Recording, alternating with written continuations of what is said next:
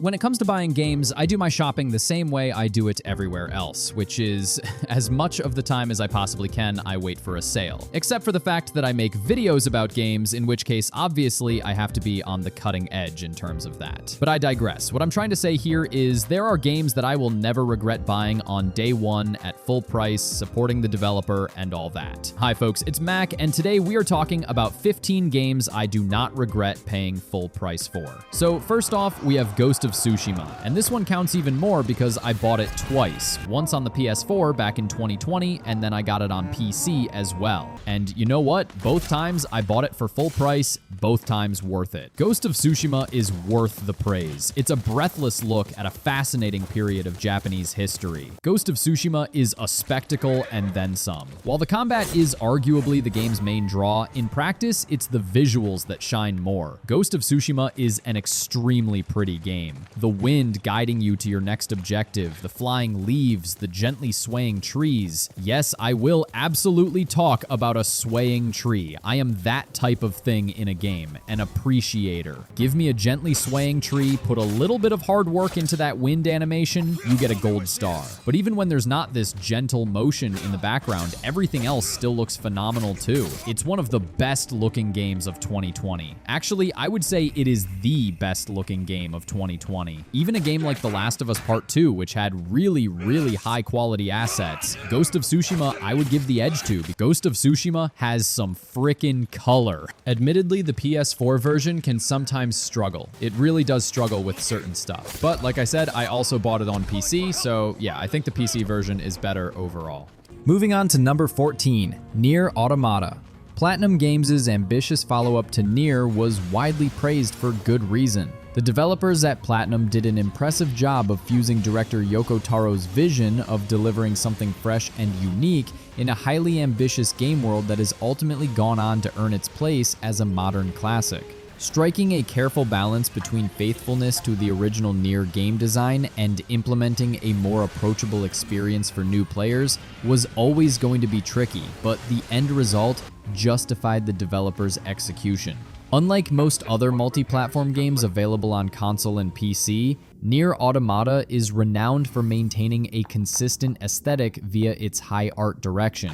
A big driver of the game's visual language stems from its bleak, dull, post-apocalyptic world that tends to lean heavily on shades of beige. This ultimately has a dramatic effect on the game's HDR presentation. It doesn't offer great highlights in its final image, but the artistic setting shines where animation's involved, cutscenes in particular. Fluid character movements set against the stark backdrop help Nier Automata stand out as a visually distinct creative effort, showcasing the talent of the animators and the vision of Yoko Taro. And number 13 is Returnal. I loved Returnal. Returnal is literally like a AAA roguelike, which is something that you don't really think about having occurred often and justifies its existence. Like, it's published by Sony Interactive Entertainment, and yeah, it feels like it. It's a roguelike adventure, but it's very much a narrative one as well, which is actually pretty unusual.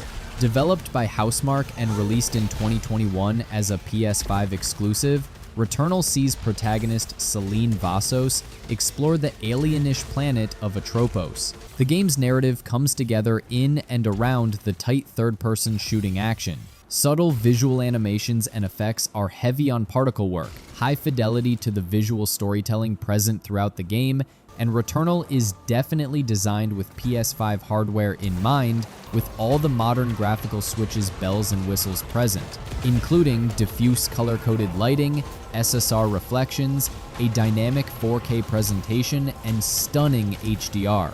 You name it from the PlayStation 5, it's got it. But arguably though, it's Returnal's fast-paced, highly fluid movement that is the star of the whole show here. Gameplay is fast, tight, responsive, and moving around the planet, sliding, jumping, dodging attacks. The game never skips a beat in a fluidity sense. It's a very relentless game too, so constantly staying on the move while dodging all the projectiles and hazards that seem to appear around every corner helps keep the intensity high. And number 12 is the A Plague Tale series. Who would have thought that A Plague of Rats could look so stunning as it does in A Plague Tale: Innocence and its direct sequel, A Plague Tale: Requiem? The journey of Amicia and her younger brother Hugo through a 14th century France ravaged by rats and often set on fire looks absolutely incredible at times, and this comes down to the excellent technical art that nicely complements historical accuracy. I mean, there's of course a pinch of salt with that. Each location, city, stronghold, village setting, all immaculately crafted with thoughtful and effective use of lighting. At times it looks photoreal, but still manages to add to this game's presentation and atmosphere even when it's not. And both games do a great job, but it's that second one, Requiem, that really pushes the technical art and the fidelity to another level. And it's easily comparable to a modern full-on AAA production. Grandeur, spectacle, both games have it in ample supply, doing a really good job of establishing the setting. It's one of the rare cases of a realistic type portrayal of something that has such oftentimes wildly overwhelming visuals, and it works really well. Usually, you have to pick one or the other of those things if you're going to do a game in the real world, but it manages to do both incredibly well. And number 11 is Ratchet & Clank Rift Apart. Speaking of doing both incredible levels of visual spectacle and realism, Rift Apart almost lives up to its title. Like, it is way ahead of anything that had ever appeared in the series at that point. Even today, it's a stunning visual achievement. It is very much the Pixar look. The worlds are vibrant and dynamic, highly detailed. There's nothing boring in any of these worlds. And it's got gadgets, weapons, plenty of them, all bursting with creativity and mayhem. And every explosion, every particle, like, it's all rendered with lifelike precision. As a narrative game, the actual action part is like pure Ratchet & Clank fun, but it also is a marvel of technical skill. If you look at this versus like the original Ratchet & Clank game, even the original remake version looks, I'm sorry, kind of unfinished.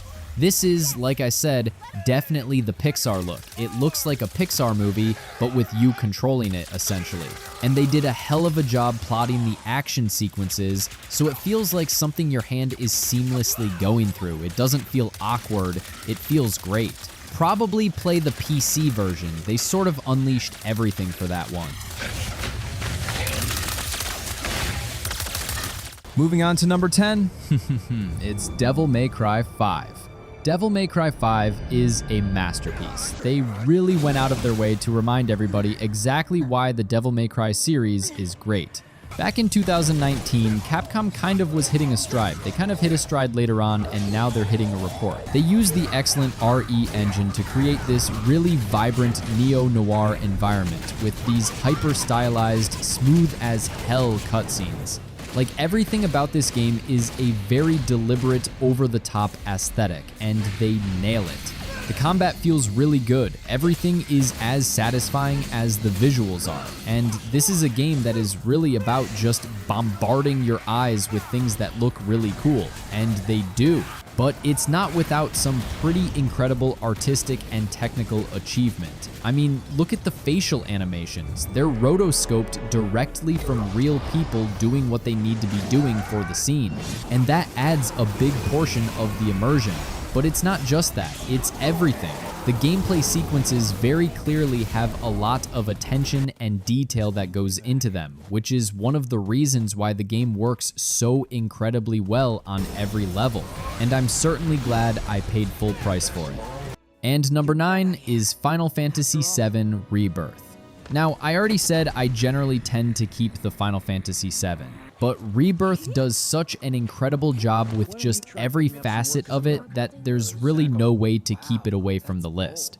Whatever you think of 7 Remake as a whole, everything they chose to do in Rebirth, they knocked it out of the park. It's the latest version of the remake experiment. I don't really know exactly what to say beyond they absolutely slay everything they do with this remake.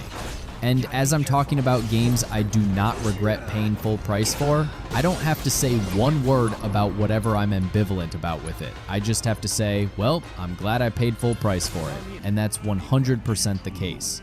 It's the second chapter that I always wanted from Remake. Obviously, the stuff we'd always imagined, like Gold Saucer, Calm Part of the Highway, all of the various locales just done up in glorious modern graphics.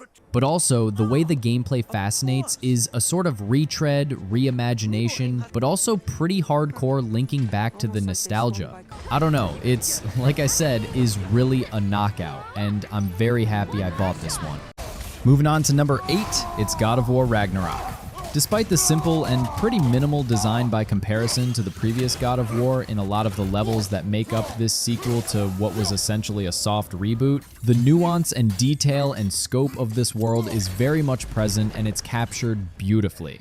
It's gritty and grounded, but epic in scope. It's kind of the same thing we were talking about with A Plague Tale, where you have all of this incredible spectacle all behind them. And that's why the simple design in the forward level design actually works. It puts all of the really intense stuff, kind of in a distant but still present yet not encompassing of the whole view place. It's amazing.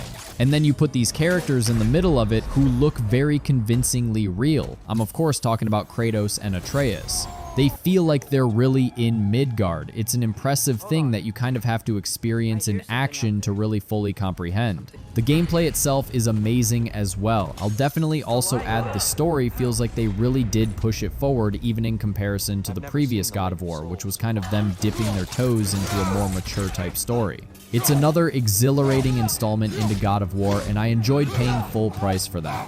Okay, so coming up next, it's Lies of P and its Overture DLC. Lies of P is an incredibly lavish game for how long it is and how well paced it is, and the fact that it's kind of not a AAA release. It's like a AA focus type thing.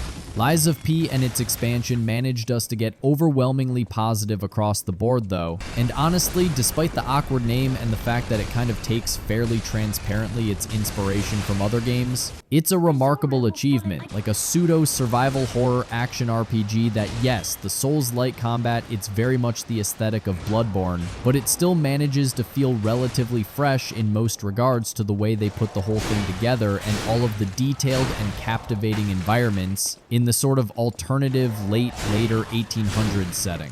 This is a pair of releases that really technically could be one big release, but they liked the names, so that's how it's presented to us, I guess. But I don't really see too much of a difference in quality. Everything is very meticulously crafted, and it is a high valuable game. Considering the type of release it is, it's an unusual game, and I don't know, I was so happy to play this game.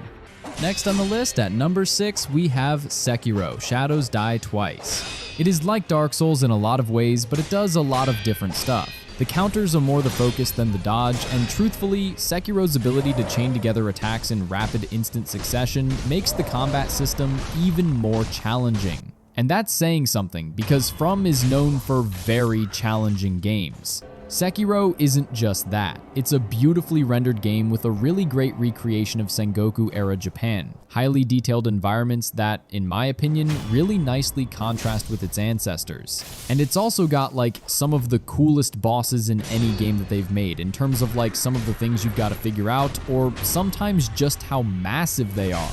Or, in the case of a fellow swordsman, extremely intense, well-animated swordplay that you have to contend with. This is a game that throws you in the deep end and kind of asks if you've learned to swim or not, but I love that about it. I'm really glad I paid full price for it, and it's honestly probably a special one among From's titles because they don't really do this type of thing all that much. They clearly could, but we'll see. Moving on to number 5, we have Detroit Become Human. Sure, Detroit Become Human gets a little bloated and a little ridiculous. You could argue that's been the case with Quantic Dream for quite a while, but you have to give David Cage's cinematic experiences at least one thing. At the very least in Detroit Become Human, that's a good game. Even if Quantic Dream themselves have described this as the story where they're in full control, there's a big jump in quality between this and past attempts like Fahrenheit and Heavy Rain, even beyond Two Souls. I also have to mention, and this is pretty important considering the track that you took, they tried to make a commentary about injustice, and it's not the most coherent. It ends up borrowing a lot of rhetoric and symbology associated with the civil rights movement, also with the Holocaust of all things, and ends up being pretty silly. That being said, on occasion, it tries to do some interesting things, and it is a very interesting looking game. From a technical standpoint, there's a lot of great stuff to look at in it, and visually, I do not regret paying full price for it. It is a really interesting, very fluid type of game that Quantic Dream really achieved something on, if not maybe exactly what they're aspiring to in a thematic sense. Coming up next, it's Death Stranding and its sequel.